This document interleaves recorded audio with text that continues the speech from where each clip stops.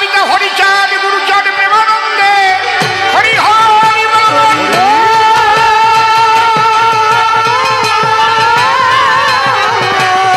জয় জয় সকল সনাতনী প্রীতি একবার হরি হরি বল।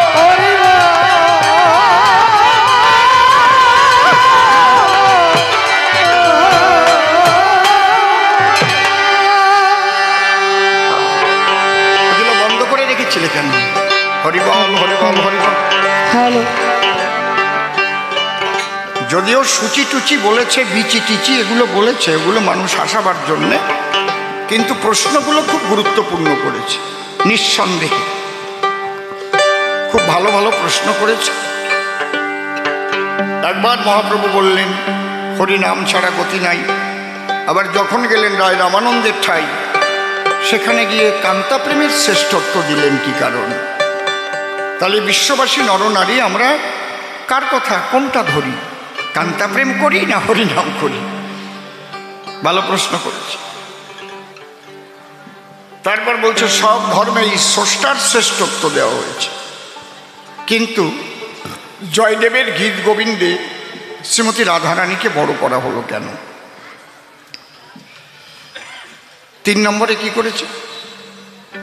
আরেকটা প্রশ্ন করেছে। আচ্ছা আচ্ছা, ওটাও ভালো। নিতাই গৌর দুটি ভাই, দুদিকেতে দেখতে পাই, একজন গৃহবাসী আর একজন সন্ন্যাসী। তাহলে দুইজনের 2 রকম কর্ম, আমরা ধরবো কার ধর্ম?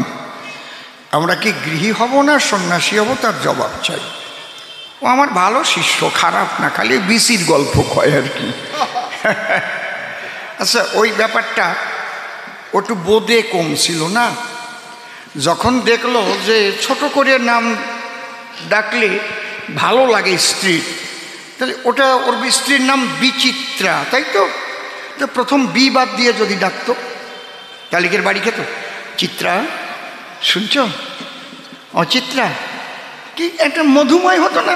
উনি যাই কইছে ও বিসি, মার খাবে না তো কি করে, একটু বলো তো বলে মার খাইছে। আমার বউ বলি তো আমি বিসি বলতাম না, আমি চিত্রা বলে ডাকতাম, ঠিক না? কায়দা আছে। মানে ওর বলদামির জন্যেও বাড়ি খাইছে, সংক্ষিপ্তর জন্যে বাড়ি খাই নাই। কি মা ঠিক বলছি না? বিচিত্রা, ওর বউয়ের নাম সুচিত্রা। সূচি বললে কোনো অসুবিধা নাই, খুশি হবে। অসুচি অবস্থায় ও সূচি বলছে, সূচি, বউ আরও খুশি হবে। বাহ, আমার স্বামী তো খুব ভালো। যখনই ওকে বলল যে আমি এইভাবে বলেছি, ওকে অ্যানালাইসিস করতে হবে। তাহলে আমি যে বিচিত্রারে বিসি খবো, এটা তো কোনো নাম হয় না, এ তো বাড়ি খাওয়া কল হবে না। তার চাইতে আমি চিত্রা বলি। কি শুনছো চিত্রা? কিরে বাবা শ্যামল,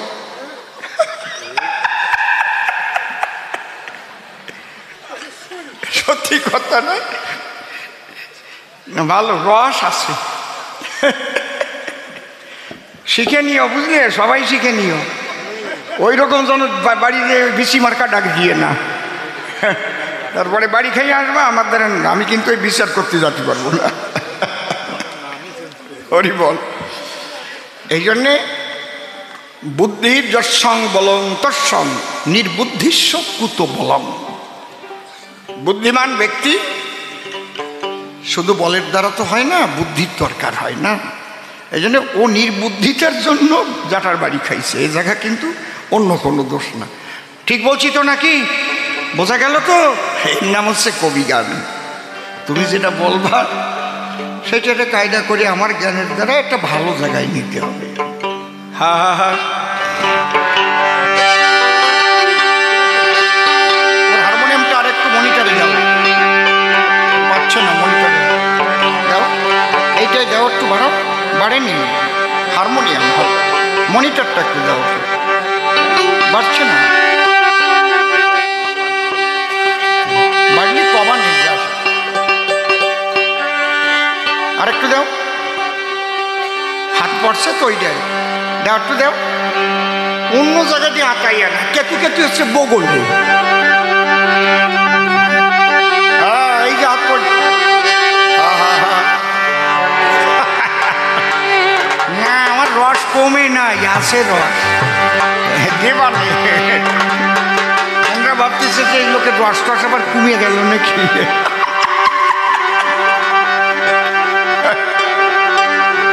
হরিবল হরিবল হরিবল হরিবল। হ্যাঁ,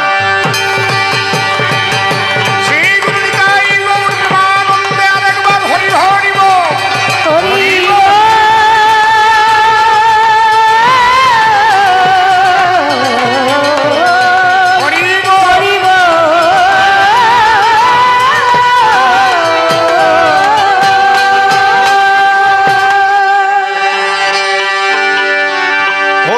তোমার কাছে যখন থাকি আমার হৃদয়ে ভরে তোমায় ডাকি, ওরে তখন কত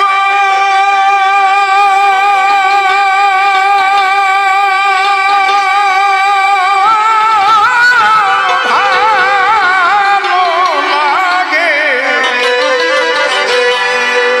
আমারে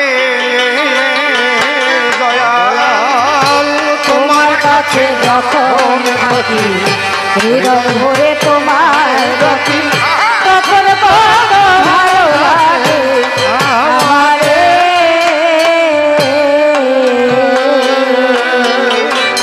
তোমার সুন্দর ভুবন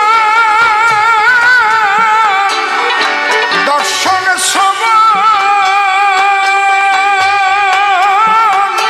সুন্দর পবন সঞ্চারে, সুন্দর ভবন জীবন যৌবন, সুন্দরবন বসন্ত বাহারে। তোমার কাছে যখন হৃদয় ভরে তোমার ডাকি, তখন কত ভালো লাগে আমারে।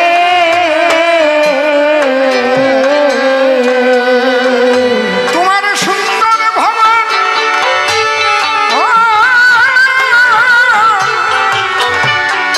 জীবন যৌবন, সুন্দর পবন সঞ্চারে, সুন্দর ভবন জীবন যৌবন, সুন্দরবন বসন্ত বাহারে। তোমার কাছে যখন থাকি হৃদয় ভরে তোমার ডাকি, তখন কত ভালো লাগে আমারে।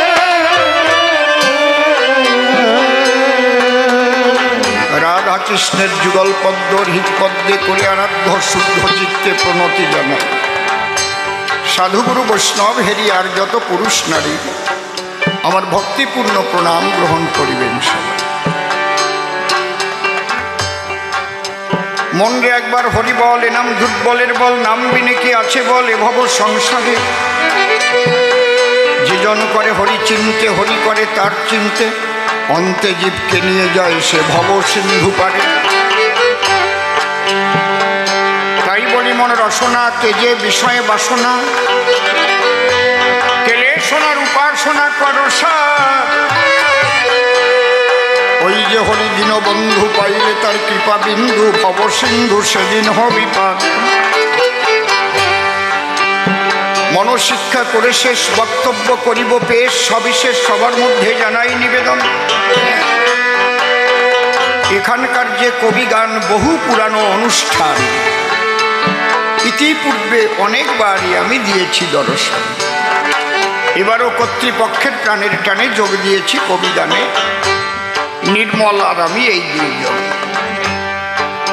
সে নির্মল নাম পরিহরি, মুকুন্দ দাস নামটি ধরি। এই বেহালা কমে গেল কেন রে? মাইক ম্যান, বেহালা কমে গেল কেন? যে এত সুন্দর করে বাড়াইয়ে করলাম, তুমি এমনি এমনি কমে গেল। দাও মানে সব কয়টায় টান দেওয়ার পরে ওরটা কি নিয়ে গেছে ট্রেনে? সবই তো কমে গেছে। দাও বাজা, বড় বক্সে আরো লাগবে। হ্যাঁ, এখান থেকে কমে না জানো। তার মানে সব কয়টায় যখন তোমার মেশিন থেকে টান দিচ্ছে, তখনই কিন্তু আস্তে আস্তে এর পাওয়ার কমে যাচ্ছে, যেটা বুঝতে পারছি। তোমার দোষ না। আরেকটু ওই দোতারাটা একটু আউট বাড়াও, এবার বাড়াও, দোতারাটা আউট বাড়াও। আমি বলছি যেটা জটপট করো, আমার রসবন করছে।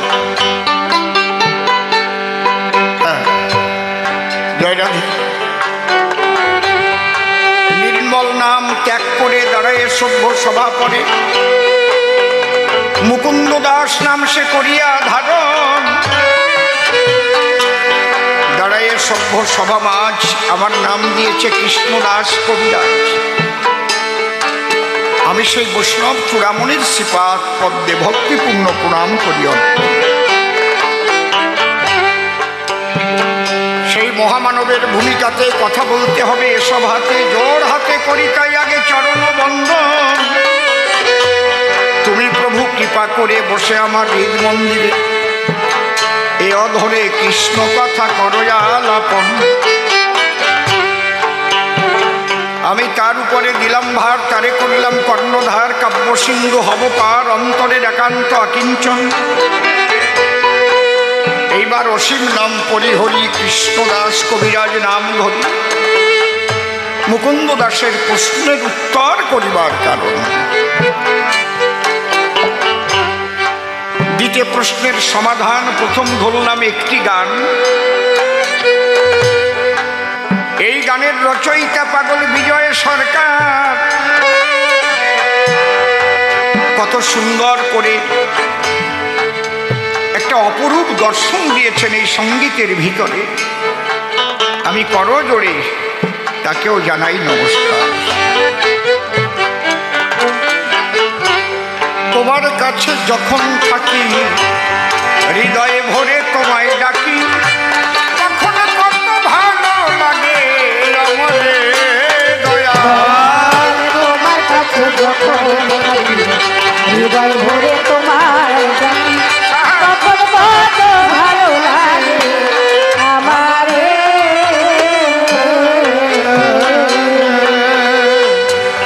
শিষ্য মুকুন্দ দাস প্রথম প্রশ্ন করেছে আমার সকাশ, গুরু মশাই তুমি দাও সমাধান। শ্রীমান মহাপ্রভু যিনি ডাক দিয়ে বললেন তিনি, কিছু নাই নামের সমান। হরের নাম হরের নাম হরের নাম হইব কেবলম, ক্লৌ নাস্তেব নাস্তেব নাস্তেব গতির অন্যথা। কিন্তু সেই মহাপ্রভু যখন রায় রামানন্দের কাছে গেলেন, নাম সেখানে গৌণ হয়ে গেল, কান্তা প্রেম মুখ্য হল। সেখানে কান্তা প্রেমের শ্রেষ্ঠত্ব দিলেন। তাই বুঝাইয়ে দাও তুমি বড়, মূলত কোনটা হবে বড়? আমরা সবাই তোমার কাছে শুনতে চাই, তুমি করো বিশ্লেষণ। বাবা শোনো,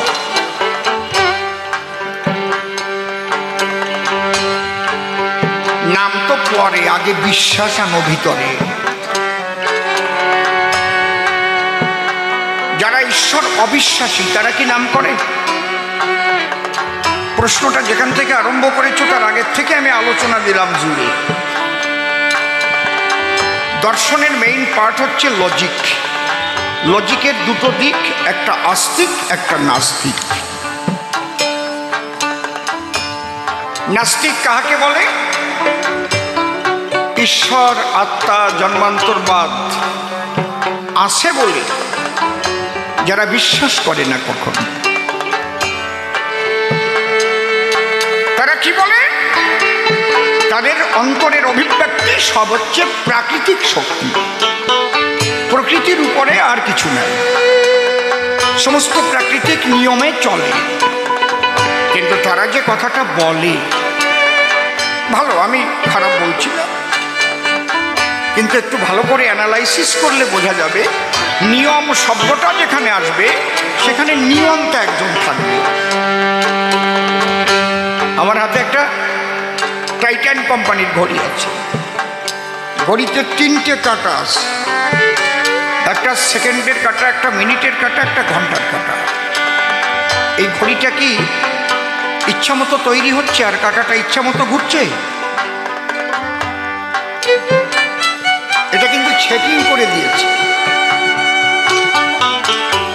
এই জন্য 60 সেকেন্ডে 1 মিনিট হবে, 60 মিনিটে 1 ঘন্টা হবে। তাহলে এর পিছনে সৃষ্টিকর্তা আছে, নিয়ন্তা আছে, নিয়ামক আছে। আমি প্রশ্ন করি তাদের কাছে, প্রাকৃতিক নিয়মে সব হচ্ছে, তাহলে নিয়ম তৈরি করেছে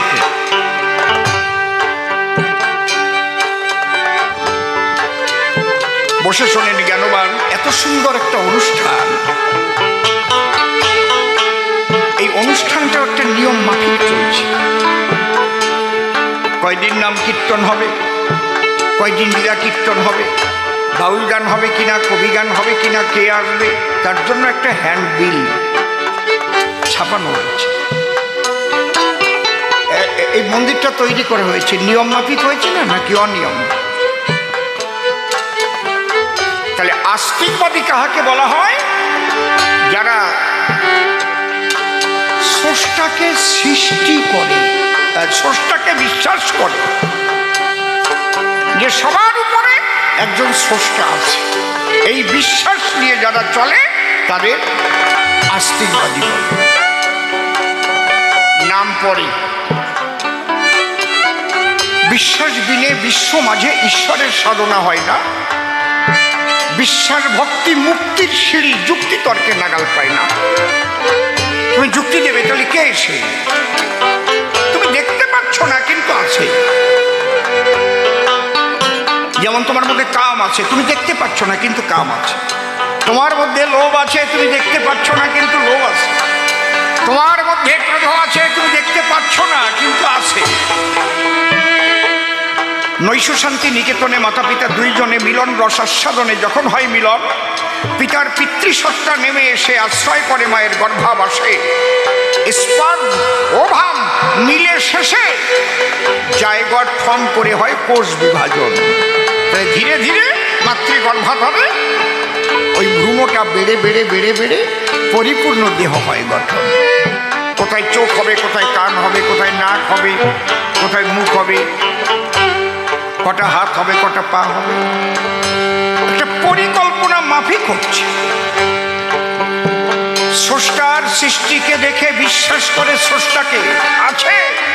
আমি দেখি নাই কে তৈরি করেছে ঘড়িটা, কিন্তু আমি জানি সৃষ্টি করেছে। আমি অবিশ্বাস করতে পারি না, আমি দেখি নাই। এই বিশ্বাস প্রথম চাই। বিশ্বাস বিনে বিশ্ব মাঝে ঈশ্বরের সাধনা হয় না। বিশ্বাস ভক্তি মুক্তির সিঁড়ি যুক্তি তর্কে নাগাল পায় না। যুক্তি তর্ক হাজার হাজার মন, এক রতি বিশ্বাস ভক্তি অনেক বেশি তার ওজন। শুধু তর্ক করে তার্কিকের মন, হাতে পাতে কিছুই রয় না, কিছুই রয় না। হ্যাঁ, পরিশুদ্ধ পর্দা লাগাবে, আমার দিকে একদম লক্ষ্য রাখবে। তাহলে আপনি যখন বিশ্বাস করলেন তিনি আছেন। সনাতন ধর্মে কি সুন্দর বাবা, রুগী অনুপাতে পথ্য আছে। সব রুগীকে এক ওষুধ দেয় না, আর সব রুগী এক পথ্য খায় না। খায় নাকি? যারা আমার হয়েছে ডাক্তার বলবে নাকি বাড়ি গিয়ে ঘি খাও গিয়ে? যার সুগার হয়েছে তাহলে ডাক্তার কি বলে দিয়েছে যে বাড়িতে 1 কেজি করে মিষ্টি খাইও? বলবে? আবার সুগার যদি ফল্ট করে তাড়াতাড়ি মিষ্টি নিয়ে আয়, তাইলে যাবে মরিয়ে। এই সনাতন ধর্মের ভিতরে রুগী অনুপাতে পথ্য এবং ডায়াগনোসিস করে তার ওষুধও দেওয়ার ব্যবস্থা আছে। এই জন্য সদ্গুরু কারা? সব গুরুই কিন্তু সদ্গুরু না, ভালো করে শুনে নেবেন আপনারা। সদ্গুরু তারা রুগী অনুপাতে পথ্য দিতে পারে যারা, পাশের ডাক্তাররাই কিন্তু ঠিকঠাক ডায়াগনোসিস করে ওষুধ দেয়। না বুঝলে রক্ত পরীক্ষা করে নিয়ে আয়, আল্ট্রাসোনোগ্রাফি করে। একচেটি আমি কৃষ্ণ মন্ত্রে এই দীক্ষা দিয়ে যাবো, নো নেবার হতে পারে না। হ্যাঁ দেবো, তাহলে অন্য কৃষ্ণ ভক্তি যারা আছে তারাই দেবো। কিন্তু কেউ আছে সে শিব ভক্ত পূর্ব জন্মের থেকে, কেউ আছে কালী ভক্ত, আপনি জোর করে তাকে কৃষ্ণ মন্ত্রে দীক্ষা দেবেন? তাহলে সদ্গুরু যারা এটা বুঝতে পারে তারা, হ্যাঁ কায়দা আছে, অত সোজা না। কিন্তু গুরুগিরি করে যারা খায় তারা শুধু শিষ্য বাড়ায়, কারণ ওইটা হচ্ছে তার একটা কালেকশনের উপায়। তার তো আর অন্য কোনো কাজ নাই, ওখান থেকে আমি চাই। কথা বলতেছি না তো নাকি? রাগ করতেছেন না তো? এখন যে কয়দিন আসি পারফেক্ট কথা কয়েই যাবো, যে কয়দিন বাসি। কারণ মিডিয়া এখন অনেক উন্নত, এগুলো ধরা থাকবে। বড় বড় কবি যারা কালো গহ্বরে চলে গেছে, তারা কত মূল্যবান কথাগুলো সব ইথারে ভেসে চলে গেছে, ধরা নাই।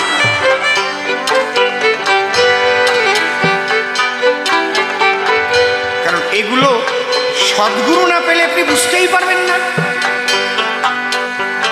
সদ্গুরু দেখলেই বুঝতে পারে। বাবা তুমি এসেছো আমার ধারে, তোমাকে দেখে তুমি তো শিব সাধক বাবা, তাহলে তোমাকে শিব মন্ত্র দিতে হবে। সদ্গুরুর কাছে সব আছে। স্পেশালিস্ট একটা বিষয় হতে পারে, সে কৃষ্ণ ভক্ত, সে সাধনা করে কৃষ্ণের, কৃষ্ণের কৃপা লাভ করেছে, এটা স্পেশাল, কিন্তু তার কাছে সমস্ত কিছুই আছে। কি বলছি বুঝতে পারছেন? জেনারেল ফিজিশিয়ান না হয়ে তো স্পেশালিস্ট হয় না।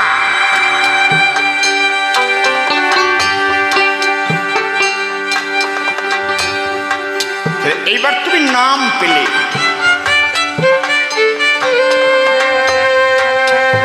কিন্তু যাকে তুমি ডাকবে, নাম যখন পেয়ে গেলে তাহলে তুমি কৃষ্ণ ভক্ত, কৃষ্ণ নাম পেলে, আমরা এটাই ধরে নিচ্ছি এখন। তাহলে কৃষ্ণকে তুমি ডাকবে, কি বলে ডাকবে বলো? কে কৃষ্ণ তোমার কি হয়? আজকের আলোচনাটা একটু অন্যভাবে করছি কিন্তু বাবা, কৃষ্ণ তোমার কি হয়? এই জায়গাটাই হচ্ছে রায় রামানন্দ আর মহাপ্রভুর সঙ্গে আলোচনা, সাধ্য সাধন তত্ত্ব। সাধ্য মানে প্রাপ্তি, সাধন মানে পথ। তুমি কোন পথে গিয়ে কৃষ্ণকে পেতে চাও? কৃষ্ণ প্রাপ্তির পথ বহুবিধ আছে। কোন পথে পরিপূর্ণ কৃষ্ণ প্রাপ্তি হয়? কি সুন্দরভাবে ব্যাখ্যা করা বাবা, পড়তে পড়তে না পাগল হয়ে যেতে হয়। শুধু পড়লে না, অনুধাবন করতে করতে। তাহলে সম্পর্ক করতে হবে তোমাকে, সম্পর্ক। তুমি কোন সম্পর্কে যাবা? তুমি প্রভু আমি দাস, তুমি প্রভু আমি দাস, এটাও হতে পারে তোমার ভাবের প্রকাশ। হে প্রভু, তার এক ভাব হবে, যেমন দাস্য প্রেমের প্রেমিক ছিলেন বীর হনুমান।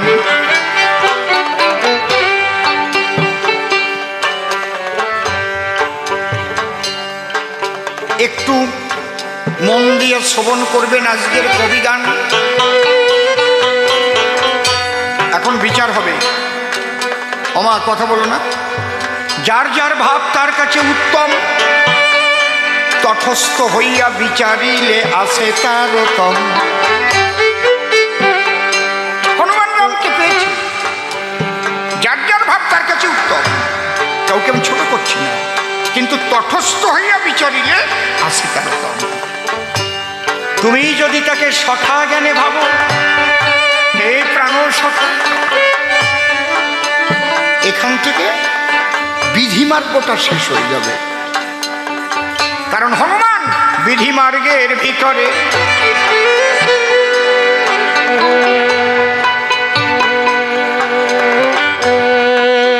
হনুমান কিন্তু বিধির মধ্যে আছে। বিধি মানে আইন, এমন একটা আইন দিয়ে বাঁধা আছে, হনুমান সেই আইনের বাইরে যেতে পারে না। যদি বলেন কিরকম? রামায়ণে কোথায় পাবেন না যে হনুমান কখনো বলেছে, ওরা এদিকে আইতো, এই ফলটা আমি অর্ধেক খেয়েছি, তুই এই অর্ধেক খা। পাবেন? বলেন পাবেন কি? কথা কন না কেন? হনুমানকে ছোট করছি না, বর্জনবালী, দাস্যপ্রেমের পরাকাষ্ঠা। কিন্তু যার যার ভাবনার কাছে উত্তম, তটস্থ এই বিচারিলে আছে তার।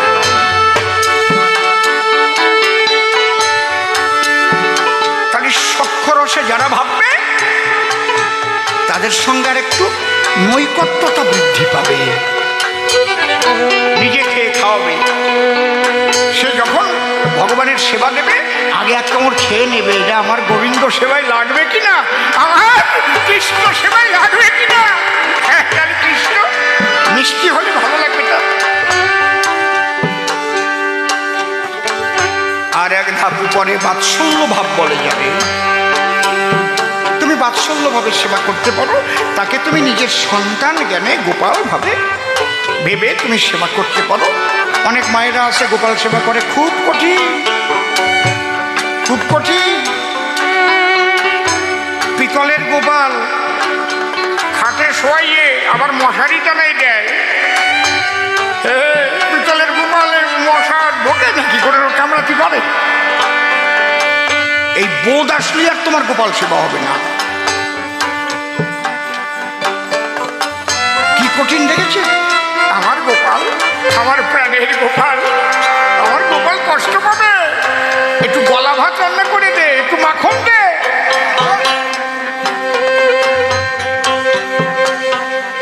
তুমি তাকে নিজের সন্তান জ্ঞানেও সেবা করতে পারো। যখন সন্তান জ্ঞানে সেবা করবে আরো নৈকট্যতা বাড়বে। সখারা যা না পারে তুমি তাই পারবে। হরিবল হরিবল। এই যে সাধ্যসাধন তত্ত্বের ভিতরে একদম উপরে কান্ত প্রেমী, এই জায়গায় দাঁড়ায় মীরাবাই বলেছে, শ্যাম তেরি বংশী ফুকারে রাধা নাম, রাধা কভি শ্যাম তো মীরা কভি শ্যাম। রাধারানী তুমি যেভাবে কৃষ্ণকে পেয়েছ, আমারও কৃষ্ণ সেই রকম। আমি তাকে পতি রূপে সেবা করেছি। আমি প্রথমেই প্রাণ গোবিন্দকে গিরিধারী লাল ঘট করছি, আমি মন্দিরে বসিয়ে আমার স্বামী রূপে আমি তাকে পূজা করে পেয়েছি।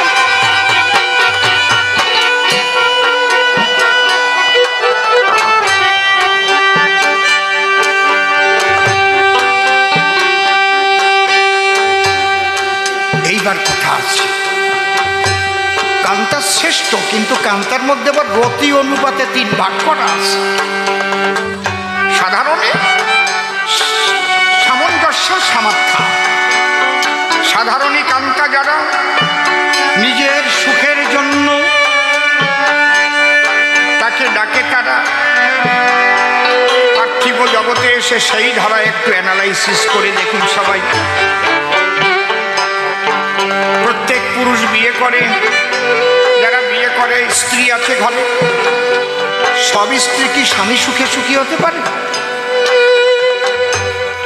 অনেক স্ত্রী আছে এমন আবদার করে স্বামীর কাছে, তার দেবারই ক্ষমতা নাই। বলে আমি তো এটা পারবো না। পারবা না তো বিয়ে করছো কেন? পারবা না। শুধু ওই বেলায় নয়, দৈহিক সুখের বেলায়, সেখানে স্ত্রী স্বামী মরে গেলে কি আসা যায়, আমার সুখ চাই। এই জন্য এমন স্ত্রী যার ঘরে তার স্বামী বারে বারে মরে।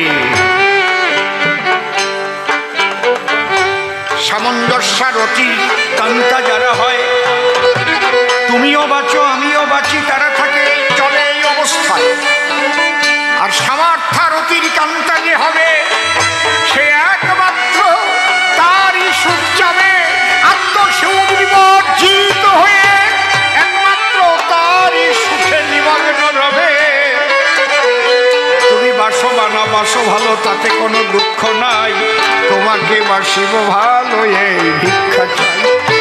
সামার্থ্যরতি হচ্ছে শ্রীমতী রাধারানী রায়। শ্রীমতী বলে একবার যাইও রাধা কৃষ্ণ প্রেমানন্দে হরি হরি হরি।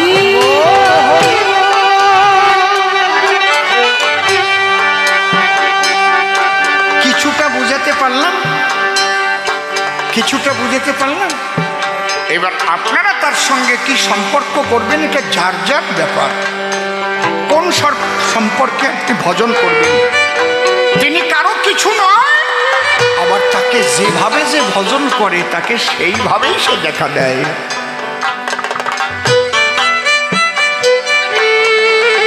সে কারো কিছু নয়, আবার সবার সব কিছু। এই জন্যই সে সর্বশক্তিমান। বিশ্বাস, তারপরে নাম, তারপরে সম্পর্ক করে তাকে ভজন। তোমার কাছে যখন থাকি হৃদয়ে ভরে তোমায় ডাকি যে নাম দিয়া, তখন কত ভালো লাগে আমারে দয়া। তোমার কাছে যখন থাকি হৃদয়ে ভরে তোমায় ডাকি, তখন কত ভালো লাগে আমারে। তোমার সুন্দর ভুবন দর্শন সুন্দর পবন সঞ্চারে, সুন্দর ভবন জীবন যৌবন, সুন্দর বন বসন্ত বাহারে।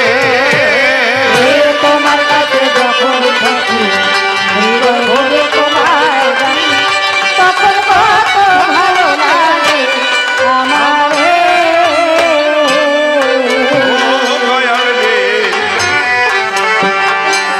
তোমায় ছেড়ে একটু রিভাইভ দে বাবা, শুকিয়ে গেছে। তোমায় ছেড়ে আমি যখন দূরে যাই,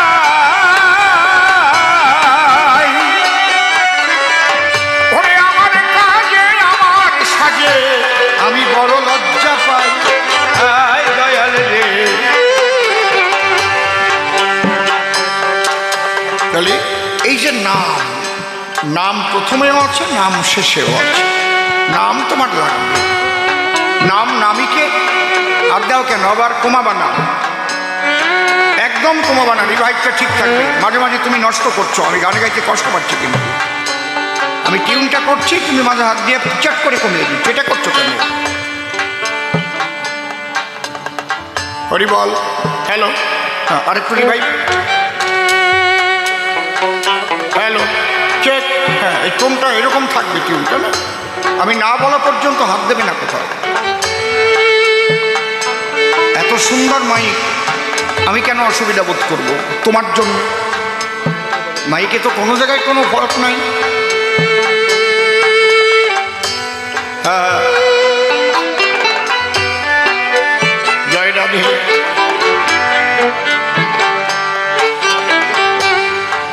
তাহলে আপনি নাম গ্রহণ যখন করলেন, এবার নামকে ভালোবাসতে হবে। কেন ভালোবাসবেন? নামের মধ্যে তো নামই আছে। যেমন চাষিরা খুব ভালোভাবে বীজকে ভালোবেসে বীজ রেখে যায়, কেন? ওই বীজের মধ্যেই আবার বীজ বপন করার পরে আবার সে ফসল পাবে। বীজের মধ্যে বৃক্ষ আছে, বীজের মধ্যে বৃক্ষ যেমন চোখে না যায় দেখা, নামের মধ্যে আছে যেমন রাধা কৃষ্ণ মূর্তি।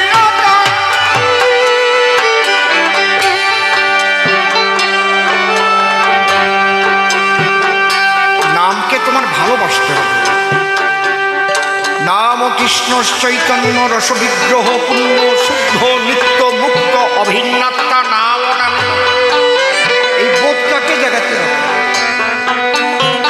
আমি নাম নিয়েছি, নামের মালা নিয়ে বেশ তিলক তিলক করে ঘুরছি, আমাকে সবাই বৈষ্ণব ভাবছে, এইরকম না, এরকম হলে তো হবে না। নিজেকে বৈষ্ণব বলে প্রচার করার কোনো দরকার নেই, এমনি প্রচার হয়ে যাবে। গন্ধ যখন হবে না, ফুল ফুটলে গন্ধ ছড়িয়ে যাবে, এমনিতেই ছড়িয়ে যাবে। তোমার ভজন রাজ্যে যখন তুমি অগ্রসর হবে না, এই জন্যই বলছে বৈষ্ণব চিনি কেনারে দেবের শপথ। কিন্তু আমরা এখন বেশি অনুকরণ প্রিয়, অনুসরণ আমরা করতে চাই না। অসীম সরকার কোন কাপড়টা পরে গান গায়, কোন ধুতি, কেমন ওড়না, আমি সেই রকম করবো। অসীম সরকার কেমন পান খায়, পান খেয়ে আমার মুখটাও লাল করব। কিন্তু অসীম সরকার কাকে অনুসরণ করে, কতটা অধ্যয়ন করে সাধুগুরু বৈষ্ণবের আশীর্বাদে যেখানে এসেছে সেটা করবা না। অনুকরণ মানে কি? তুমি যেমন যেমন বহিরঙ্গীয় পোশাক পরিচ্ছদ করছো, আমি তেমন সাজবো, তোমাকে অনুকরণ করলাম। আর অনুসরণ মানে তোমার বাক্যকে পালন করে নিয়ে নিজের ভিতরে তোমাকে জাগাবো। হরিবল হরিবল।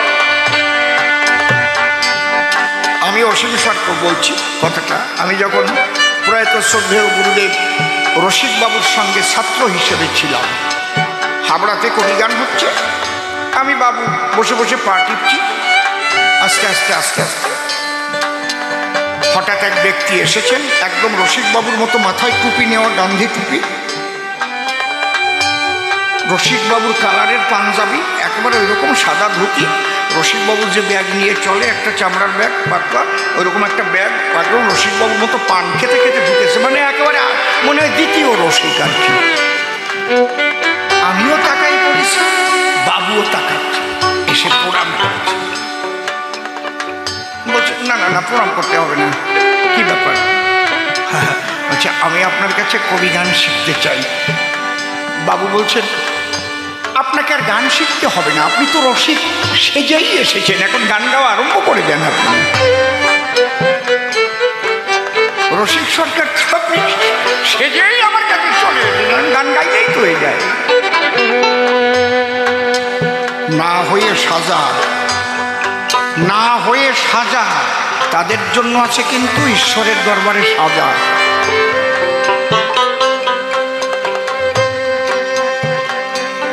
খুব সূক্ষ্ম কথা বললাম।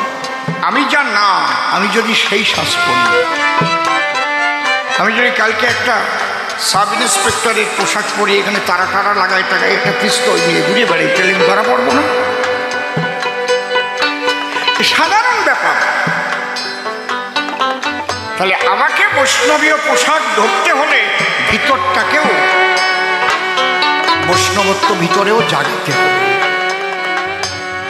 বৈষ্ণবত্ব জাগুক, আপনি পোশাক মনে না পড়েন, কোনো অসুবিধা নেই, একদম সিভিলে চলবে।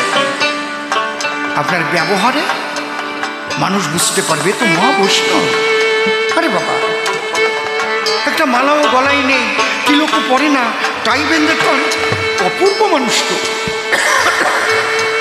হঠাৎ এসে দেখলেন এমন একজন মানুষ উচ্চশিক্ষিত, এই ধুলোর উপরে পড়ে বসে আছে, কৃষ্ণ ভক্তের চরণ ধুলে নিচ্ছে, কৃষ্ণ বলে চোখের তলে ভাসছে। বলবেন না আরে এ তো মহাবৈষ্ণব।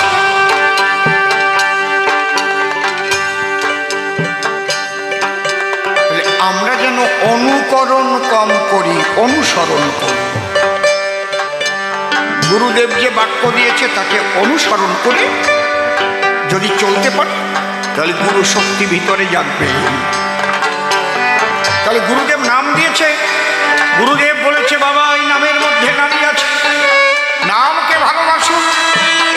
আর আজকের থেকে বললাম, যে তুলসীর মালাটা তোমার গলায় দিলাম, এই মালা ধারণ করার জয় রাধে। বসুন বাবা, এখন কেউ টাকা পয়সা দিতে আসবেন না, দয়া করে কথা শুনুন। এখন আমি খুশি হব। গুরুদেব নামের মালা দিয়ে কি বলে, বাবা আজ থেকে তুলসীর মালাটা দিলাম, মুখ দিয়ে আর মিথ্যা কথাটা বলো না। বলে না, বলে না নাকি? নাকি বলে যে মিথ্যা কথা বলো?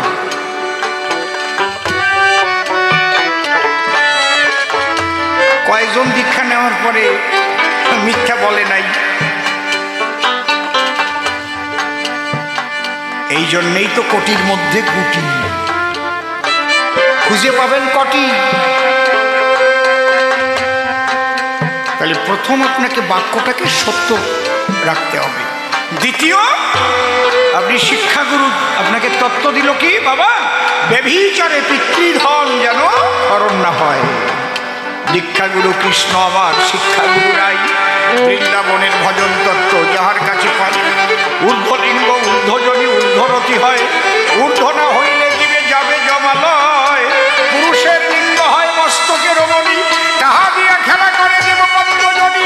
সাধকের স্থান হয় বৃহৎ বৃন্দাবন, শ্রীরাধিকা হয় তার প্রেমের মহাজন।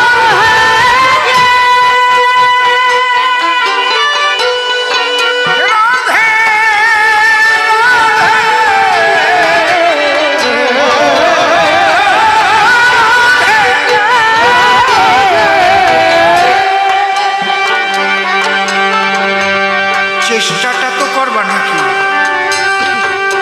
আগেই কি তুমি হাঁটা শিখবা নাকি?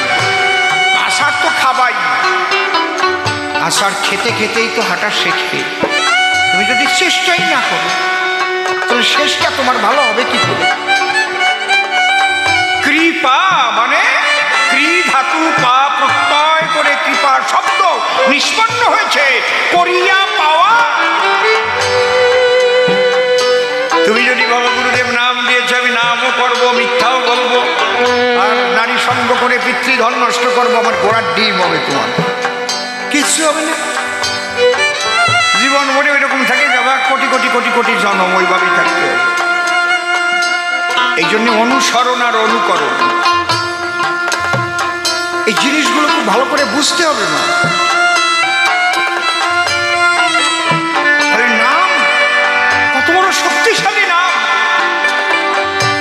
এই জন্যে মহাপ্রভু বলছেন সনাতনকে, সাধ্য সাধন তত্ত্ব বস্তু যত কিছু বলো, এক হরি নামের মধ্যে রয়েছে সকল।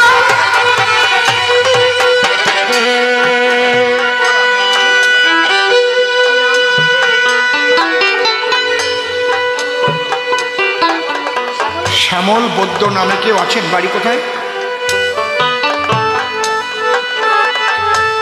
পোড়া বটতলা। আচ্ছা, বাচ্চা বাড়ি।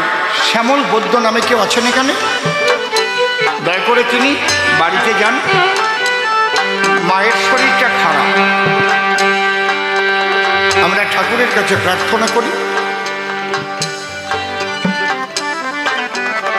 যেখানে ভক্ত সমাগম সেখানে তো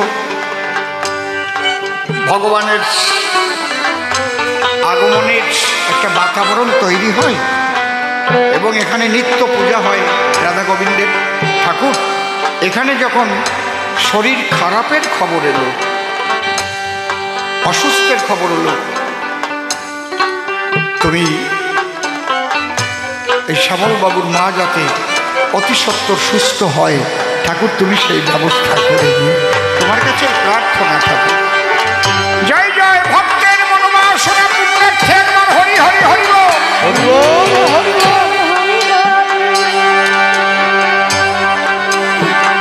তাহলে নাম, এই মধুময় নাম আপনি যখন পেয়ে গেলেন, নাম করলে দেখবেন আনন্দ হবে। নামকে যখন বিশ্বাস করবেন, নাম করলে আনন্দ হবে, চারিদিক আনন্দে ভরে যাবে, নিজেকে ভালো লাগবে, কেমন যে লাগবে আপনি করে দেখেন।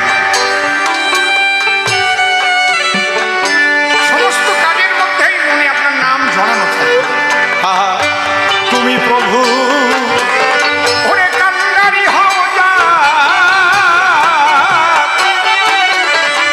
জলের কুম্ভীর কুম্টানে তার মাঠে কানে দাও, তার যেমন ফাল্গুনি তেমন আশা, যেমন ফাল্গুনি তেমন আশা, ভয় কি ভব কথা রে, নামে বাদাম টেনে দিয়ে চলে যায় আনন্দের বাজারে।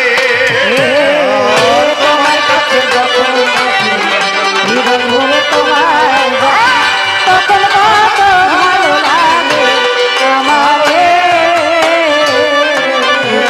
ও দয়াল, আমি চাহি না যখন তোমার দিকে বিশ্ব জগৎ বিমুখ, তখন আমার মুখ দেখে তখন সুধাই না কেউ আমায় দেখে, তখন সুধাই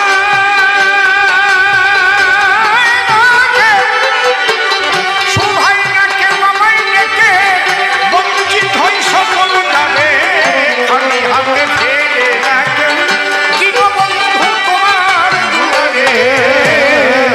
তোমার কাছে যখন থাকি, হৃদয় ভরে তোমায় ডাকি, তখন কত ভালো লাগে আমারে।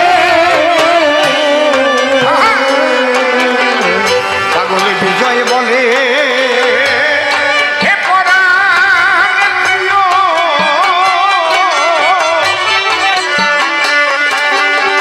আমি ভুল পথে যদি যাই আমায় ফিরাইয়ে নিও, তোমার চরণের তলে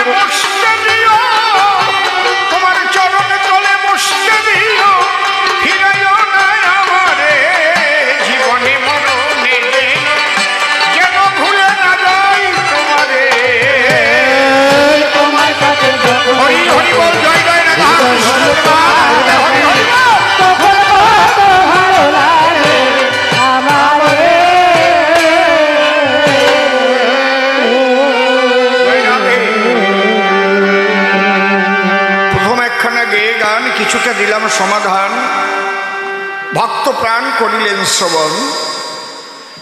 এইবার যেগুলো বাকি আছে এক এক করে বলবো আপনাদের কাছে, একটু আশীর্বাদ আমাকে করিবেন অর্পণ। তার প্রথম বিশেষ প্রশ্ন ধরে বিশেষভাবে আলোচনা করেছি আমি সভা পড়ে, যে নামের আগে বিশ্বাস থাকা প্রয়োজন। ঈশ্বরকে যখন বিশ্বাস করে তখন গিয়ে সদ্গুরু ধরে, সদ্গুরু নাম তারে করে অর্পণ। এই যে মহাপ্রভু কলি জীবের কথা বললেন, নাম ছাড়া কলি জীবের গতি নাই, গতি নাই, গতি নাই। গতি শব্দের ভিন্ন অর্থ পাই আমরা। গতি মানে একটা আছে যেমন গতিশীল চলা, কত কিলোমিটার গতিতে গাড়িটা চলছে, তাই তো, স্পিড গতি।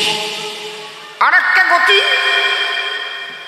পরম গতি, যেটা হচ্ছে শেষ অবস্থা। তো আর কিছু গতি নাই, গতি নাই রে।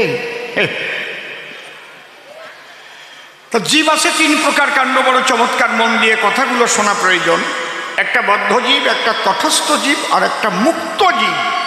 শাস্ত্রে করেছে বন্ধন। বদ্ধ জীব কারে বলে? যারা বন্দী থাকে মায়ার শৃঙ্খলে। তার জীবন দর্শন সম্পর্কে ভাবার কোনো সময় নাই। আমার বাড়ি, আমার ঘর ভাবে সদা নিরন্তর, আর শুধু টাকা চাই, টাকা চাই, টাকা চাই। যে কোনো প্রকারে টাকা উপার্জন করে। এই বদ্ধজীব একটা মায়া কূপের ভিতরে থাকে বন্দী অবস্থায়। ঠিক যেমন মাইকের স্ট্যান্ডটা দাঁড়ায় আছে এক জায়গায়, ওখান থেকে সে সরে না, যেখানে যাবে ওই একই কথা আলোচনা করবে। এবার বিজনেসটা ভালোই হয়েছে জানিস, এবার একটা ওই অযোধ্যাতে আর একটা খুলেছি না, ওখান থেকে ভালো পয়সা পেয়েছি। বসবে যেখানে ওই আলোচনাই হবে। ওর দ্বারে কোনো কৃষ্ণ কথা নাই। যদি কেউ কৃষ্ণ কথা বলতে যায়, চুপ কর চুপ কর, বিজনেসের কথা বল, টাকা উপার্জনের কথা বল।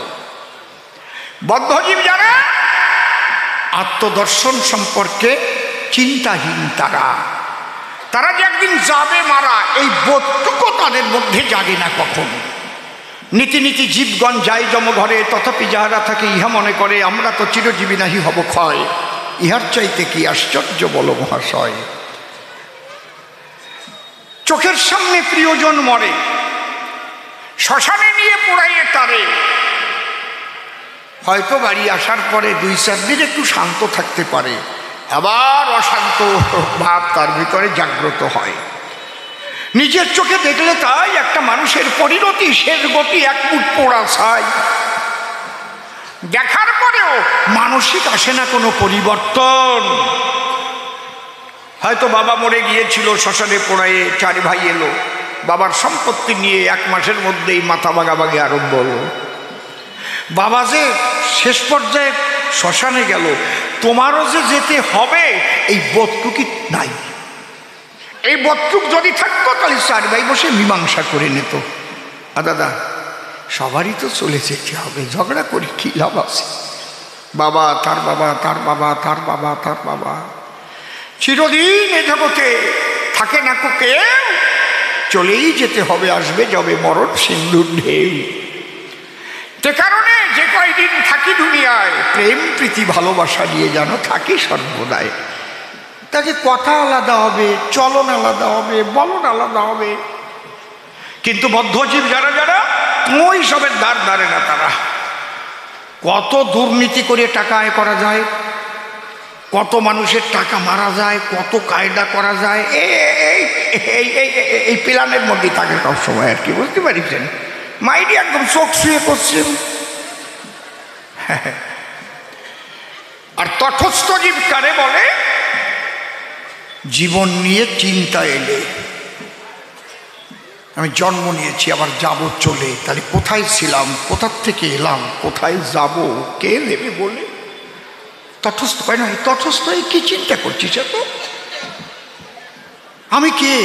আমি তো চিনতে পারলাম না আমাকে। যেমন সনাতন গোস্বামী প্রশ্ন করেছিলেন মহাপ্রভুর ঠাই। কাশীতে যখন প্রথম দেখা হলো, চৈতন্য চরিতামৃত খুলে দেখা ভালো, কি বলেছিলেন? কে আমি, কেন আমায়, যারে তাপত্রয়, ইহা না জানিলে জীবের কৈচহিত হয়। আর কোনো প্রশ্ন করেননি, আমি কে, আমাকে কেন চিতাব জ্বালায় দগ্ধীভূত করে, কে আমি, কেন আমায়, যারে তাপত্রয়, ইহা না জানিলে জীবের কৈচহিত হয়। মহাপ্রভু কি বললেন? জীব নিত্য কৃষ্ণ দাস, ইহা ভুলি গেলা, অতএব মায়া পিশাচি তার গলেতে বান্ধিলা। কৃষ্ণ সূর্য সম, মায়া অন্ধকার, যথা কৃষ্ণ তথা নাহি মায়ার অধিকার। প্রকৃতে ক্রিয়মানানি গুণৈকর্মাণি সর্বস্ব অহংকার অভিমূঢ়াত্মা কর্তা হমিতি মন্যতে। ত্রিতাপ জ্বালায় ভোগে কখন, নিজে কর্তা সাজে যখন। আমি কি কর্তা? কখনই নয়। একজন দিয়েছে সব সৃষ্টি করে, আমি তার একটা সৃষ্টির জীব মাত্রই চরাচরে, তার সৃজিত সব কিছু আমি গেলাম ভোগ করে, এই বোধটুকু আমার নাই। আমি কর্তা সেজে গেছি রে ভাই, বুঝতে পারছেন? তাহলে যখন তথস্থ জগতে এই মানুষ যায়, তখন কিন্তু কোথায় ছিলাম, কোথায় এলাম, কোথায় যাব মত্ত হয় সেই ভাবনায়। কার কাছে আমি গিয়ে খবর পাবো, এমন মানুষ কোথায় পাবো? এই যে তখন সদ্গুরু করে অন্বেষণ। যেমন নরেন দত্ত হইয়া সে ভাবুর মত্ত, জানিতে সেই তত্ত্ব রামকৃষ্ণের কাছে দিয়েছিলেন দর্শন। গিয়ে রামকৃষ্ণ গুরুর ধারে সেই সাধন তত্ত্ব গ্রহণ করে কন্যাকুমারীতে করিয়া সাধন, বিবেকানন্দ নাম হলো সনাতন ধর্মের মর্যাদায় আমেরিকায় গিয়ে রেখেছিল, একমাত্র গুরু কৃপার কারণ।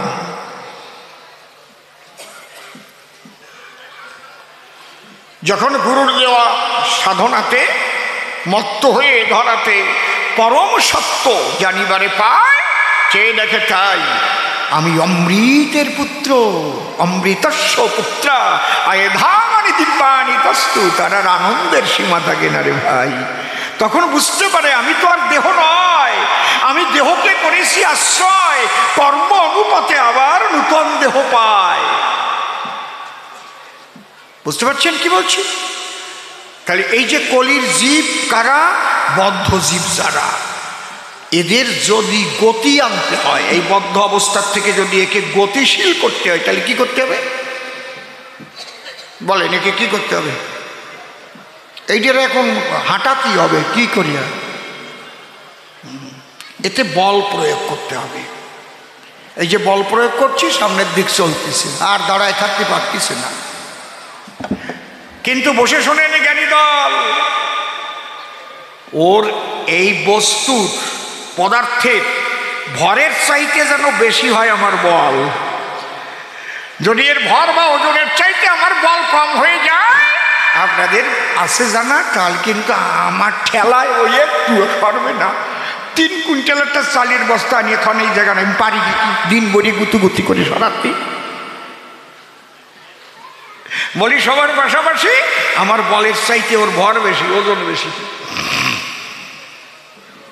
ঠিক আছে? তাহলে এই বদ্ধজীবকে ঈশ্বরমুখী করতে গেলে সে তো বন্দি আছে একটা মায়ার জেলে। তাকে গতি আনতে গেলে কি করতে হবে? হরের নাম হরের নাম হরের নাম ঐব কেবলম কলৌ নাস্তেব নাস্তেব নাস্তেব গতির অন্যথা। তার গতি আনতে গেলে বসে শোনেনি জ্ঞানী দলে, একমাত্র তাকে বল প্রয়োগ না করিলে কিন্তু সে করিবে না স্থান পরিবর্তন। এই জন্যে কলিজীবের তরে সেই হরিনাম দিলেন। এবারে মহাপ্রভু বলছে বারে বারে, একবার হরি বল কৃষ্ণ বল, ঈশ্বরের দিকে এগিয়ে চল। এই বল প্রয়োগ করে বদ্ধজীবকে ঈশ্বরমুখী করা হয়। এটার অর্থ হচ্ছে এই জায়গায়। আর সাধ্য সাধন যে তত্ত্বের কথা বসে শোনেন বিজ্ঞস্রোতা, ওটা সম্পর্ক অনুপাতে নৈকট্যতার কথা বলা আছে ওই জায়গায়। প্রথম 4টে বাহ্য হলো, দ্বিতীয় 3টা হলো হয়, শেষের 3টা উত্তম বলে বসে শোনেনি জ্ঞানী দলে। যে জগতে গেলে বেদ বিধির ঊর্ধ্বে চলে যায়। বসে শোনেন জ্ঞানী মার্গ, জ্ঞানীবর্গ, এই যে বিধি মার্গ, বিধি মার্গের দ্বারাই কিন্তু রাগ মার্গে যাওয়া সম্ভব নয়। রাগ মার্গে যখন যাবে তখন নিজে খেয়ে সে ভগবানকে খেতে দেবে, সেই সম্পর্ক হবে যাবে। আবার যখন পুত্র স্নেহে তাকে করিবে লালন পালন, জানেন যত নারী নরে প্রয়োজনে সে ভগবানকে শাসন পর্যন্ত করতে পারে। যেমন মা যশোদা কান ধরে শাসিয়েছিল মধুর বৃন্দাবন, এর উপরে কান্তা ভাব, কান্তা প্রেমের যে স্বভাব, যদি সামর্থ্যের অতিরিকান্তা হয়, এখনো বৃন্দাবনে নিকুঞ্জ বনে জানেন যত ভক্ত জনে ওই ব্রজগোপীরা বাসর সজ্জা করে রেখে দেয়। আপনাদের আছে জানা, রাত্রিকালে সেখানে একটা পশু পাখি পর্যন্ত থাকে না, একমাত্র রাধা গোবিন্দের মধুর মিলন হয়। তাই সেখানে সখাও নাই, মাও নাই, দাসও নাই, একমাত্র শ্রীকৃষ্ণ আর বিনোদিনী রায়। এই ভাবনায় যখন যায় সম্পূর্ণ পাওয়া তারে কয়। এইটাই বলেছিলেন আমার চৈতন্য গোসাই, এই জগতের কথা শুনতে চাই। তাহলে কৃষ্ণ প্রাপ্তির পথ বহুবিধ আশয়, কোন পথে পরিপূর্ণ কৃষ্ণ প্রাপ্তি হয়, যেখানে নাই লজ্জা ঘৃণার ভয়, পরিপূর্ণ প্রাপ্তি সেই জায়গাটাকে কয়। মায়ের পাওয়াকেও পরিপূর্ণ প্রাপ্তির কথা বলা হয় নাই, কারণ যে মায়ের গর্ভে সন্তান জন্ম নিল, সেই সন্তান যখন বড় হলো, যৌবন এলো, সেই মা হয়তো কখনো ওয়াশরুমে ঢুকে যায়। আমি বলি আপনাদের ঘরে হয়তো দরজা দিতে মা ভুল করে, নিজের ছেলে গিয়ে দরজা ঠেলা দিলে পরে মা কিন্তু রেগে যায়, এই বুঝবি না, বলত কোথাকার বড় হয়েছিস, বোধ পাইস না কেন? একটু চিন্তা করেন বসে সবার পাশে, মায়ের এত লজ্জা কিসে?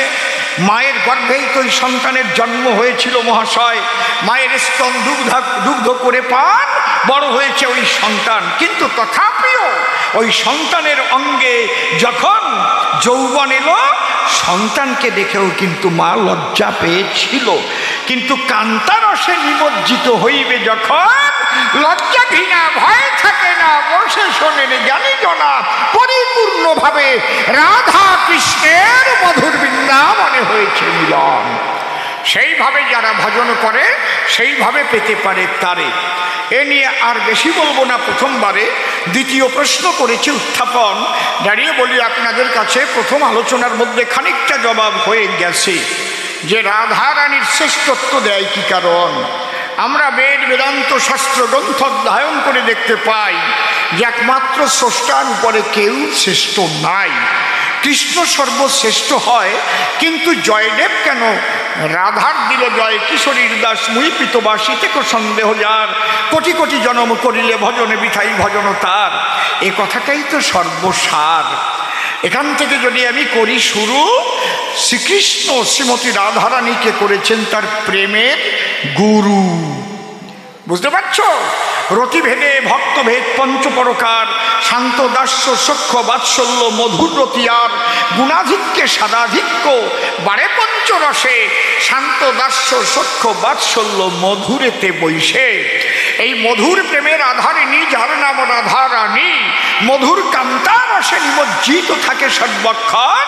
মধুর কান্তারসের ভিতরে আর চারটে প্রেম বিরাজ করে, একাধারে পঞ্চপ্রেম আছে বলে তার শ্রেষ্ঠত্ব দিয়ে কৃষ্ণ নিরোদলে প্রেমের গুরু বলে দাসখত লিখেছে তার পায়। এই জন্যে যদি কৃষ্ণকে তোমার পরিপূর্ণ রূপে পেতে হয়, তাহলে রাধা প্রেম না হলে কৃষ্ণকে পরিপূর্ণ পাবে না কোনো কালে। এই আলোচনার এইটাই বিষয়। জয়দেব গোস্বামী যিনি ইহাই বলতে চেয়েছেন তিনি। তাহলে প্রেমের গুরু বলে প্রেমময়ী রাধা রানী তাকে স্বীকার করলেন কৃষ্ণ রসময়। গুরু তো আর এক রকমের নয়। আমি ঢোল বাজনা শিখলাম যার কাছে, সে আমার ঢোলের গুরু আছে। আমার যে বেহালা বাজনা শিখাইছে সে আমার বেহালার গুরু। যে আমার দোতারা বাজনা শিখালো সে আমার দোতারার গুরু হলো। যে আমাকে রামায়ণ গান শিখালো সে আমার রামায়ণের গুরু। যে আমাকে কীর্তন শিখালো সে আমার কীর্তনের গুরু। যে আমার কবিগান শিখিয়েছে সে আমার কবির গুরু। যে আমার আধ্যাত্মিক জগতের বান্ধব হয়ে আমাকে হাত ধরে টেনে নিয়ে ঈশ্বরের প্রেমের বাজারে পৌঁছে দেওয়ার চেষ্টা করে, সে আমার আধ্যাত্মিক জগতের গুরু। গুরু এক রকমের নাকি? আরে ভগবান সে তো সর্বশক্তিমান, অত গীতা কোয়া লাগবে কেন? তো আমিও জানি তুমিও জানো, তাহাকেই পাবার তরে সমস্ত জীব আরাধনা করে, কিন্তু পরিপূর্ণভাবে পেতে হলে পরে রাধা অনুগা হয়ে ভজন না করিলে পরিপূর্ণ কৃষ্ণ প্রাপ্তি নাই। এই কথাগুলো রায় রামানন্দ আর মহাপ্রভুর সঙ্গে আলোচনা হইল, আর জয়দেব গোস্বামীও বলে গেছে তাই। কিশোরীর দাস মুই পিতবাস ইতে কো সন্দেহ যার, কোটি কোটি জনম করিলে ভজন বৃথাই ভজন তার। দেখি এরপরেও কি কয়। তৃতীয় প্রশ্ন করেছে গান, তুমি দাও সমাধান নিতাই গৌর দুই দিকে আমি দেখতে পাই। তাহলে জীব কোন পথে যাবে, সংসারই হবে না সন্ন্যাস নেবে, তোমার কাছে শুনতে চাই। শোনো, আমি তোমার কাছে করি বর্ণনা। মহাপ্রভু কোনো ব্যক্তিকে সন্ন্যাস নিতে কখনোই বলেনি বা বলে না। মাত্র 6 জনকে মহাপ্রভু আকর্ষণ করে নিয়েছিলেন লুপ্ত তীর্থ উদ্ধারের তরে। কে কে? শ্রীরূপ সনাতন ভট্ট রঘুনাথ, শ্রীজীব গোপাল ভট্ট দাস রঘুনাথ, এই 6 গোসাই জবে ব্রজে করলেন বাস, রাধা কৃষ্ণ নিত্য লীলা করিলেন প্রকাশ। লুপ্ত তীর্থ উদ্ধারিতে তার 6 জনকে দরকার ছিল সাথে, তাই স্বশক্তি দিয়ে আকর্ষণ করে ওই 6 জনকে সংসার ছাড়িয়েছিল সোনের নারী নরে। তারা গিয়ে লুপ্ত তীর্থ উদ্ধার করে। আর আপনাদেরও আসে জানা, পড়ে দেখেন চৈতন্য চরিতামৃতখানা কিংবা চৈতন্য ভাগবত, চৈতন্য মঙ্গল, চৈতন্য চরিত, যা কিছু করেন অধ্যয়ন আমি প্রমাণ দিতে পারি। তাই মহাপ্রভু একজন ব্যক্তিকেও সন্ন্যাস নিতে বলেন নাই। প্রমাণ অজস্র রয়েছে বিলক্ষণ। এবং যারা সন্ন্যাস নিতে গেছে তাদের আরো সংসারে পাঠাইয়ে এনেছে। মহাপ্রভু করেছে মানা, সন্ন্যাস তোমরা নিও না।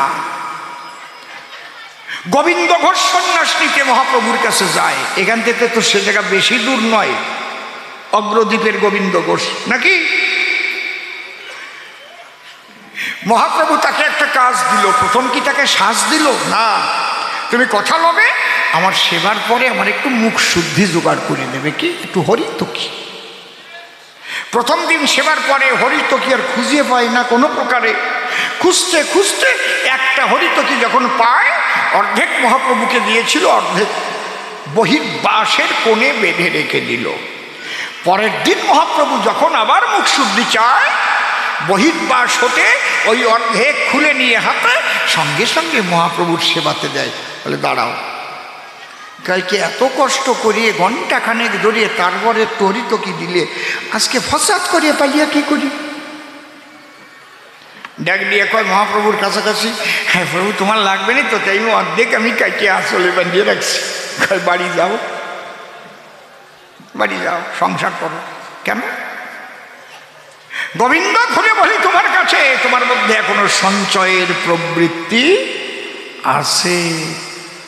সন্ন্যাসী যারা আগামীকাল কি সেবা করবে তারা সে চিন্তা করবে না কখন।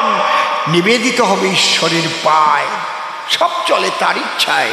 আমি খাবার চিন্তা করবো কি কারণ?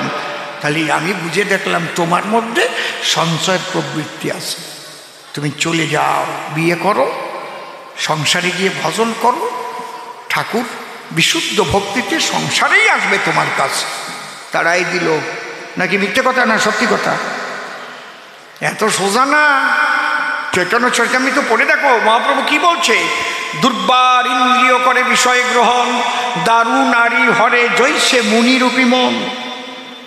এই সন্ন্যাসী যারা, সাবধান থেকো। তারা যে সন্ন্যাস করেছ গ্রহণ, খবরদার করিমানা, কাঠের নারী পর্যন্ত দেখতে পারবা না। বিচলিত হতে পারে মন, এত সোজা না। এখন তো দেখি যে ব্যাগ টেক নিয়েও মাইয়ে মানুষ নিয়েও ঘুরিয়ে বেড়ায়, কি তাল আমি জানি না ওগুলো। ওটা অত বেগ, অত একটা সন্ন্যাস নাকি? নাকি মাইয়ে মানুষ যদি লাগবেই তাহলে বিয়ে করে নিলি তো ভালো হয়, কেউ কোনো খারাপ কথা কবে না, ভালো হয় না নাকি? আপনারা কি করেন? এদের ছাকাও থাকবে না, সিন্দুরও থাকবে না, আবার ইন্দুরির কাজও বন্ধ হবে না। এ তো বলেন খারাপ কথা কইছি আমি। সি সি সি সি সি আল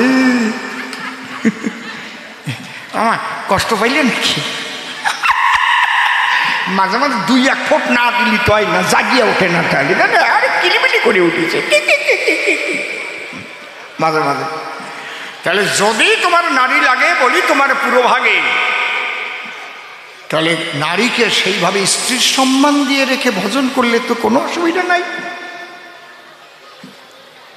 কিন্তু নারী নিয়েও বেড়াবা ঘুরে ফিরে। হ্যাঁ, এটা একটা ভজন আছে চৈতন্য চরিতামৃতের ভিতরে আমি লিখেছি, কি প্রকৃতি হইয়া করে প্রকৃতি সম্ভাষণ, প্রভু কহে নাহেরিব তাহারি বদন। প্রকৃতি হইয়া করে প্রকৃতির সঙ্গ, দিনে দিনে বাড়ে তাহার প্রেমেরই তরঙ্গ। ধরো কথা ধরো, নারী নিয়ে ঘুরতে পারো যদি তুমিও প্রকৃতির স্বভাব ধরতে পারো। এই ভাবটা কি ভাব হবে? এক পুরুষ আর সব প্রকৃতি, এইভাবে যদি থাকে গতাগতি রতিমতি, যদি সেইভাবে তোমার তৈরি হয় তাহলে তুমিও নারী সেও নারী, বলি হারি বলি হারি। এই ভজন করলে আপত্তি নেই সেই জায়গায়, কিন্তু অসুবিধা আছে। এত সোজা নাকি? আমি অসীম সরকার একবার বর্ধমানে, ওটা শিয়ালডাঙ্গা না, শিয়ালডাঙ্গা গান করতে গেছি। 2 জন আসছে, তখন ওই বিসিডি ছিল, নিতে আসছে। আমি বললাম আপনাদের পরিচয়টা কি? পুরুষ বলছে উনি আমার রাধারানী। তাহলে ওনার কৃষ্ণ আপনি, খুব ভালো কথা। রাধারানীর বেশ চেহারা স্বাস্থ্য ভালো, কিন্তু কৃষ্ণ শুকোয় গেছে, চোরাচুরি ভাঙিয়ে শেষ হয়ে গেছে, একদম চোখ টোক গর্তে চলে গেছে। আপনাদের কোন মত? বলে আমরা ভেকধারী। আচ্ছা, ভেকাশ্রিত, হ্যাঁ, বামাচারী। তার মানে আপনারা দুজনই প্রকৃতি, এইভাবে আপনাদের গতাগতি খুব ভালো ভালো। তা আপনি প্রকৃতির স্বভাব ধারণ করেছেন তো? মা, আপনি সত্যি কথা বলবেন, উনি যে আপনাকে নিয়ে থাকে প্রকৃতি হয়ে থাকে তো, তাহলে ওনার নাকে মুখে ওই রকম ছাপ কেন? আপনার শরীর এত ভালো আর উনি কেন শুকিয়ে গেল? ওই মা কয় আমি মানা করি, তা উনি শোনেন না। মায়েরা সবাই ছিল। আমি বললাম মা, তোমরা 2টো শুদ্ধ নরকে যাবা, কেউ ঠেকাতে পারবে না কারো বাবা। একেবারে নরকের পথ পরিষ্কার করে ফেলাইছো মা, এ কি করেছো? তো তোমাদের মধ্যে ভালোবাসা হয়েছে তো? হ্যাঁ, তাহলে চলো আমার বাড়ি চলো, তোমাদের বিয়ে দিচ্ছি। ওই 2 জনকে নিয়ে গিয়া বনগার বাড়ি 2 জনকে দিচ্ছি বিয়া, শাখা সিঁদুর পরাইয়া বিয়ে দিয়ে আমি প্রণাম করে সবাইকে খাওয়া দাওয়া দিয়ে টিয়ে বলছে এইবার তোমরা যাও, নয় তো আমার বাড়ি তোমাকে শুতে দেবো না এক জায়গা। এইবার আসবা, বেশ জামাই মেয়ের মতো থাকবা। কি দিছি না? খুব ভালো আছে তারা এখন। এইবার তোমরা ভজন করো। আর যদি প্রকৃতির স্বভাব ধরতে পারো, প্রকৃতি নিয়ে চললে তাতে কোনো বাধা নাই, কিন্তু পুরুষ ভাব নিয়ে আর প্রকৃতি নিয়ে থাকবা শুইয়া, আর বাইরে এসে বলবা যে আমরা সেই প্রকৃতি, এক পুরুষ আর সব প্রকৃতি। না, এতে হবে না, এতে হবে অধোগতি। বাবা খারাপ কথা বলতেছি নাকি? একদম খাঁটি কথা বলতেছি বাবা, মায়েরই খাঁটি কথা। এই জন্যে তাহলে মূলত কি, চৈতন্য মহাপ্রভু যিনি সন্ন্যাস নিতে কাউকে বলেননি, তিনি মাত্র 6 জনকে করেছেন আকর্ষণ। নিত্যানন্দ মহাপ্রভু ভেদ নিয়েছিলেন, মহাপ্রভু নিজে তাকে বিয়ে দিলেন। আর কালনাতে তেঁতুল তলাই তো বিয়ে দিয়েছিলেন আমার সচিব নন্দন। নিত্যানন্দ মহাপ্রভুর বিয়ে কিন্তু কালনায় বসে হয়েছিল। জাহ্নবী আর বসুধা বলতে আমার নাই দ্বিধা, নিত্যানন্দের সঙ্গে তাদের বিয়ে হয়। নিত্যানন্দ মহাপ্রভু সংসারে ছিলেন 8টি সন্তান জন্ম দিলেন, তথাপিও পূর্ণ কুম্ভ প্রণাম করি আমার দয়াল নিতাইয়ে প্রাণা পায়। তাহলে সংসারে থেকেই সাধন ভজন হয়। তাছাড়া মার্কণ্ডেয় পুরাণের পাতায় পরিষ্কার লেখা আছে, অশ্বমেধ গোবালম্ব সন্ন্যাস ফলপৈতৃকং দেবরেণ সুতৎপন্থী কলৌ পঞ্চ বিবর্জয়েত। অশ্বমেধ গোবালম্ব, অশ্বমেধ যজ্ঞ কলিতে নাই, গোমের যজ্ঞ কলিতে নাই, সন্ন্যাস কলিতে নাই। অশ্বমেধ গোবালম্ব সন্ন্যাস ফলপৈতৃকং, ফল মানে মাংস, পিতৃশ্রাদ্ধে মাংস দেওয়া নাই। দেবরেণ সুতৎপত্তি কলৌ পঞ্চ বিবর্জয়েত, দেবর দিয়ে সন্তান উৎপাদন করা কলিতে নাই সেই ধারা। এই পঞ্চপদ করিতে বলেছে বর্জন। আবার ব্যাসদেবের লেখনীর মধ্যে এটাও আছে, যাবৎ বেদ প্রবর্ততে যাবৎ বর্ণ বিভাগস্তু যাবচ্চ জাহ্নবী গঙ্গা তাবৎ সন্ন্যাসরিষ্যতে। এখানে টিকায় লিখেছে যে চিরকাল সন্ন্যাস একটা পক্ষ থাকবে। কেন? জগতের এক নাম দুনিয়া। হাসি কান্না আধার আলো মন্দ ভালো স্বামী স্ত্রী জোয়ার ভাটা শক্ত নরম ঠান্ডা গরম সন্ন্যাসী গৃহবাসী, এটা চিরকাল থাকবে। কিন্তু মেজরিটি মাস্ট বি গ্রান্টেড। যদি 140 কোটি মানুষ ভারতবর্ষে হয়, 5 কোটি সন্ন্যাসী হতে পারে, দাঁড়িয়ে বলি সভা পারে, তাহলে আর 135 কোটি মানুষ কি যাবে না ঈশ্বরের সাধনায়? আপনারা দেখবেন ভেবে খালি কি 5 কোটি সন্ন্যাসী ঈশ্বর লাভ করবে? না, এ কথা নয়। এই 135 কোটি শুধু নয়, বিশ্ব মানব ঈশ্বরকে পেতে পারে থাকিয়া সংসারে। সেই শিক্ষাই নিত্যানন্দ দিয়েছেন বারে বারে। নিতাইয়ের পথ ধরে যদি কেউ সত্যি সংসার করতে পারে, সংসারে বসেই তার হলে ভাবুদয়, সেই সে পরম সাধু জানিও নিশ্চয়। তাই কলিতে সংসার ধর্ম শ্রেষ্ঠ বলে এটা বলেছেন আমার রসের গোড়া রায়। যাও সংসারে যাও। আরও কারে কারে পাঠাইছে প্রমাণ আছে, জিজ্ঞেস করলে পরে পরে বলবো আপনাদের কাছে। আগেই আবাচারে শাগের খ্যাত দেখাবো না। এইবার একখানে গান গেয়ে নেই, তারপরে আবার কি প্রশ্ন করে সেই প্রশ্ন অনুসারে এসে আবার জবাব দেই। একসাথে এত পাওয়া জয় রাধে।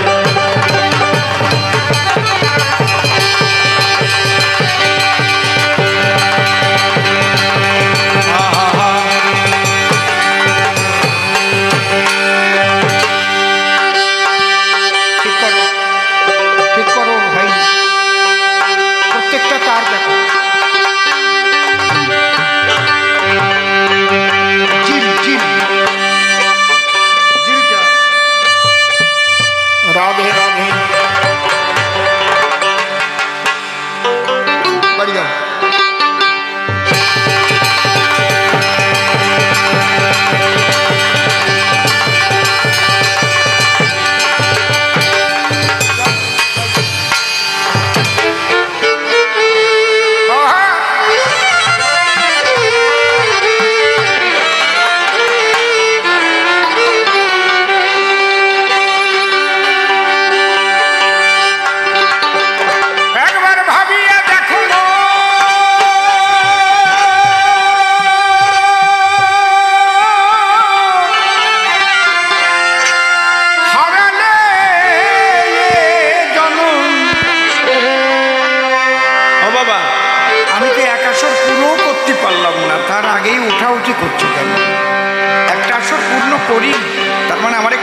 বলা হয়ে গেছে।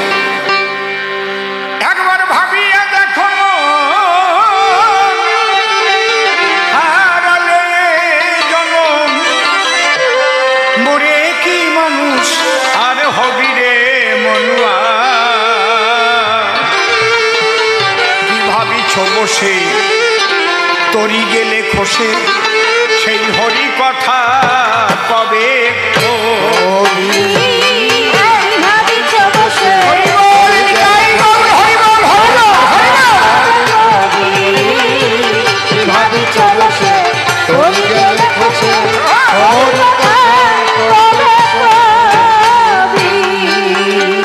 যারা এতক্ষণ বসতে পারেননি আপনারা এগিয়ে আসেন, ঢুকে যান। যারা উঠে গেছে জায়গাগুলো ফাঁকা হয়েছে আপনারা আসুন।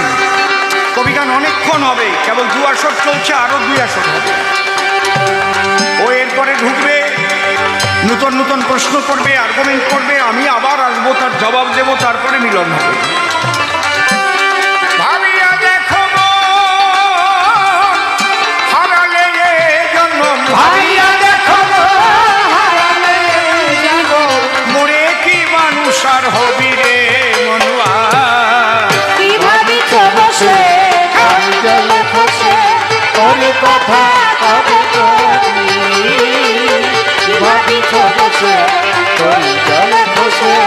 হরি কথা কবে কবি ৮০ লক্ষ জনম করিয়া ভ্রমণ মানুষ হইলি পরে যে ধন ভজিতে যে ধন পুজিতে মানুষ করিল করে ও পাগল মনুয়া মনুয়া মনুয়া মনুয়া পাগল মনুয়া রে তুই কারে না ভজিলি পুরসে মজিলি তাই না ভজিলি পুরসে মজিলি পাগল মনুয়া রে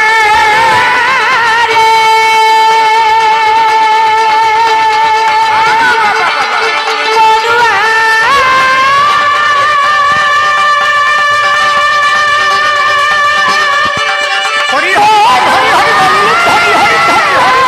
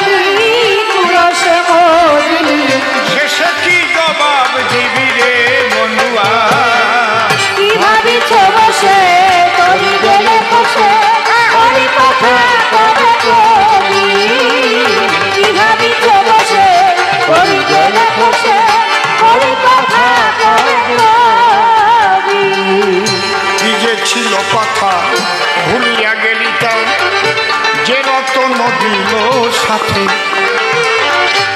না করিয়া যতন হারালি সে রতন চলিবি কেমনে পথে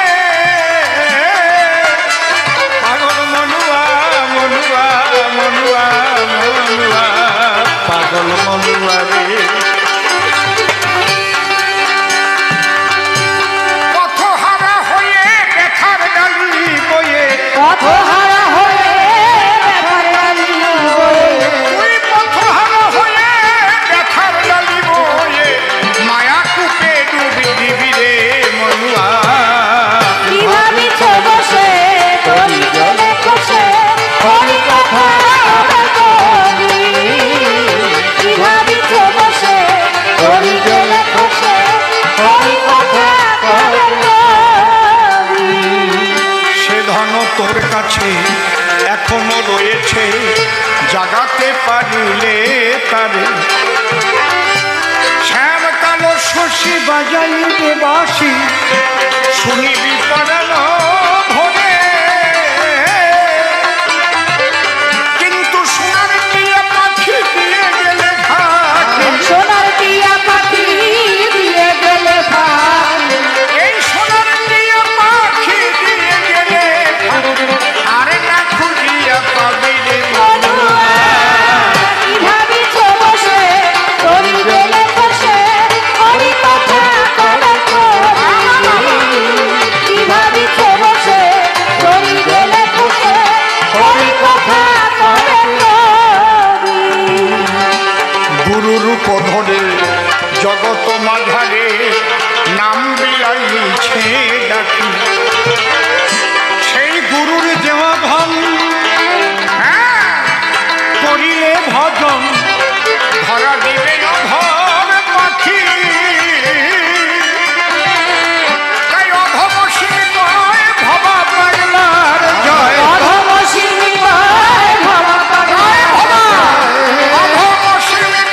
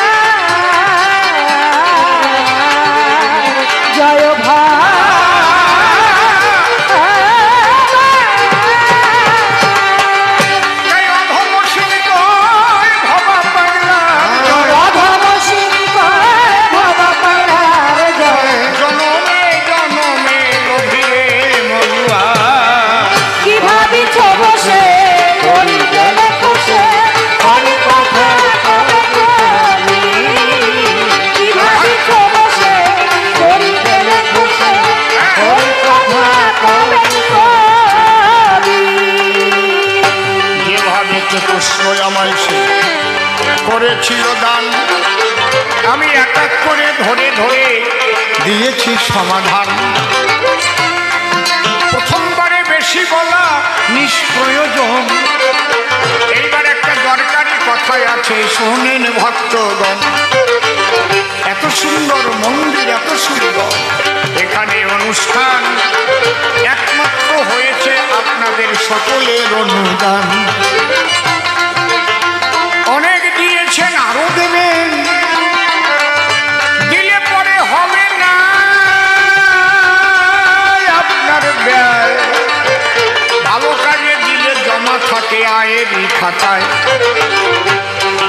তাই কর্তৃপক্ষ আপনাদের কাছে যাচ্ছেন থালা নিয়ে, ভিক্ষার থালা। দয়া করে কেউ খুচরা পয়সাটা দেবেন না, এখন খুচরা পয়সা দিয়ে ভগবানের কিচ্ছু হয় না।